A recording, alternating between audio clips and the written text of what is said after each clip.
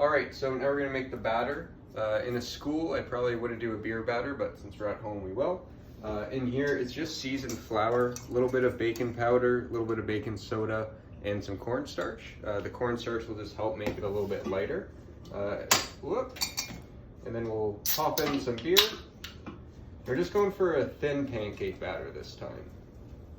I like using an amber beer, it just gives a little bit of extra flavor, extra color as well. So we're gonna fill her up. Now when we use something that's nice and carbonated, this is gonna help us create a nice airy texture in our batter. So beer is great, club soda is fine to use as well. Cold ice water can also be usable. And like anything, we don't want to develop gluten, but we do want to make sure everything's mixed nicely. So I'm gonna keep giving it a whisk.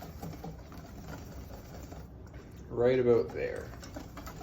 If it's too thin, all of this, it's just gonna fall off of the fish once we deep fry it. But if it's too thick, it's gonna kind of be really doughy, so you kind of want that perfect in between, which I think we're about there for this one. So, take our fish.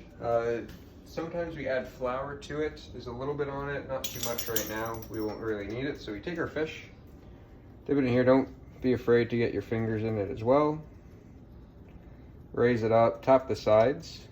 Right there, it's staying on, flowing off a little bit, so that's good, nice and light. Oil is at about 375 degrees. I just temped it, so we're all good to go. Tap the side to get the excess, and then I just hold it just for a little bit. Sometimes you'll see people like really shaking it. You don't need to. Right there, you can see it starts floating up to the top on the side, so nothing's sticking. Just keep holding it, and then drop it down. We'll do the same thing with one more piece of fish. Get that batter, tap off the excess.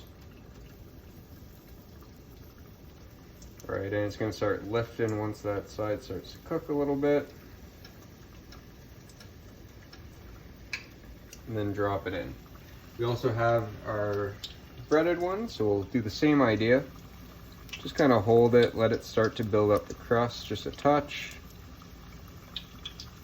Once it starts to float, that's when I'll pop it in. I'll probably just do these 4 pieces at once. You don't want to put too much into the pan at a time, especially cold fish, because it's going to drop the temperature of the oil, and if you do that, you can get soggy fish. So we'll let these cook, and then I'll get back to you at the end of the video.